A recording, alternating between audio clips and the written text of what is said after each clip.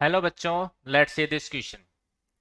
Consider the reactions shown below. Okay, chromate, aqueous chromate ion react with constant aqueous H2SO4 to produce dichromate aqueous ion. Okay, जब हम chromate ion की reaction AgNO3 से कराते हैं तो बोला गया है X जो है वो व्हाइट कलर की पीपीटी बनती है, और यहीं पे डाइक्रोमेट की रिएक्शन जब हम SO2 को SO2 के साथ एसिडिक मीडियम में करवाते हैं तो बोला गया Y बनता है, जो कि हमारे पास एक्वस सॉल्यूशन है, यानी सोल्यूबल हमारे पास कोई प्रोडक्ट बनता है। ठीक है, तो बोला गया which of the following statement is are correct. Multiple choice हो सकता है हमारे पास, ये कौन से स्टेटमेंट्स हैं वो करेक्ट हैं ये बताने हमें। तो चलो पहले रिएक्शन को सॉल्व करके लिखते हैं। CrO4 माइनस एक्वस यानी क्रोमेट आयन है, इसकी रिएक्शन हमने करवाई गई है H2SO4 के साथ। ठीक है, एक्वस H2SO4 लिया तो बना दिया गया Cr2O7 माइनस 2। ठीक है, एक्वस। ठीक है भाई, यहां तक लिखा हुआ था हमने लिख दिया। फिर बोला गया है कि जब आप इसकी रिएक्शन AgNO3 से करवाते हो, AgNO3 एक्वस के साथ करवाते हो तो हमारे पास बनेगा, देखो इसके साथ रिएक्शन कराओगे तो आप बनेगा Ag2CrO4।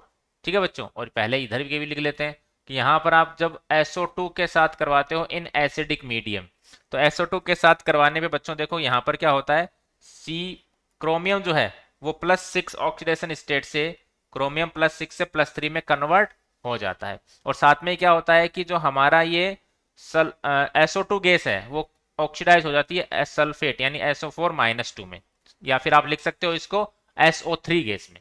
ठीक है, इसको सल्फेट की जगह आप लिख सकते हो, यानी ऑक्सीडाइज होके SO3 में। यहाँ पे भी प्लस ऑक्सीडेशन 6 है, यहाँ पे ऑक्सीडेशन स्टेट +6 है, तो ये इसको वापस क्या करेगा, ऑक्सीडाइज करके +6 में कन्वर्ट कर देगा।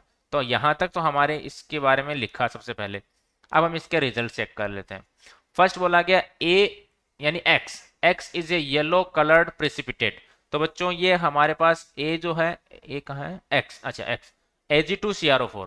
Ag2CrO4 जो होता है बच्चों ये हमारे पास एक ब्राउन रेड कलर का कंपाउंड होता है, ब्राउन रेड पीपीटी होता है, ब्राउन रेड कलर की पीपीटी होती है। और इसमें बोला गया x is yellow coloured precipitate, ये तो इनकरेक्ट हो गया।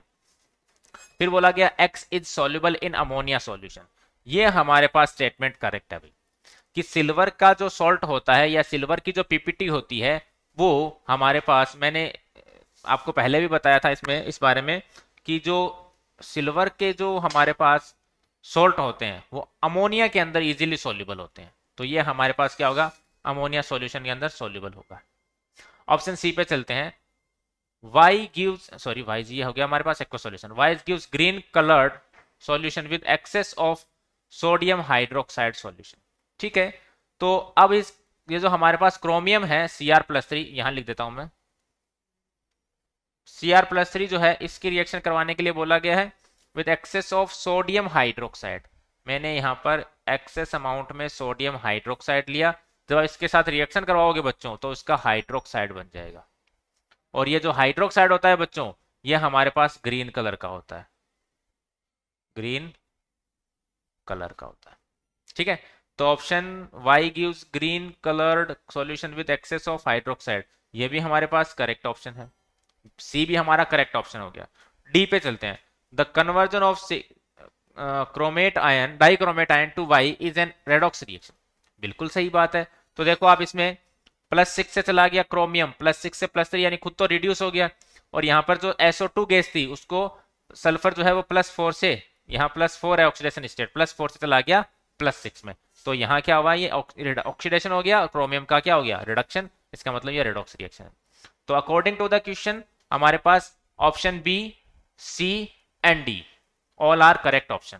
ठीक है, B C D are correct option, not all. ठीक है, तो B C and D are correct option. I hope you understand the solution. Thank you very much and best of luck.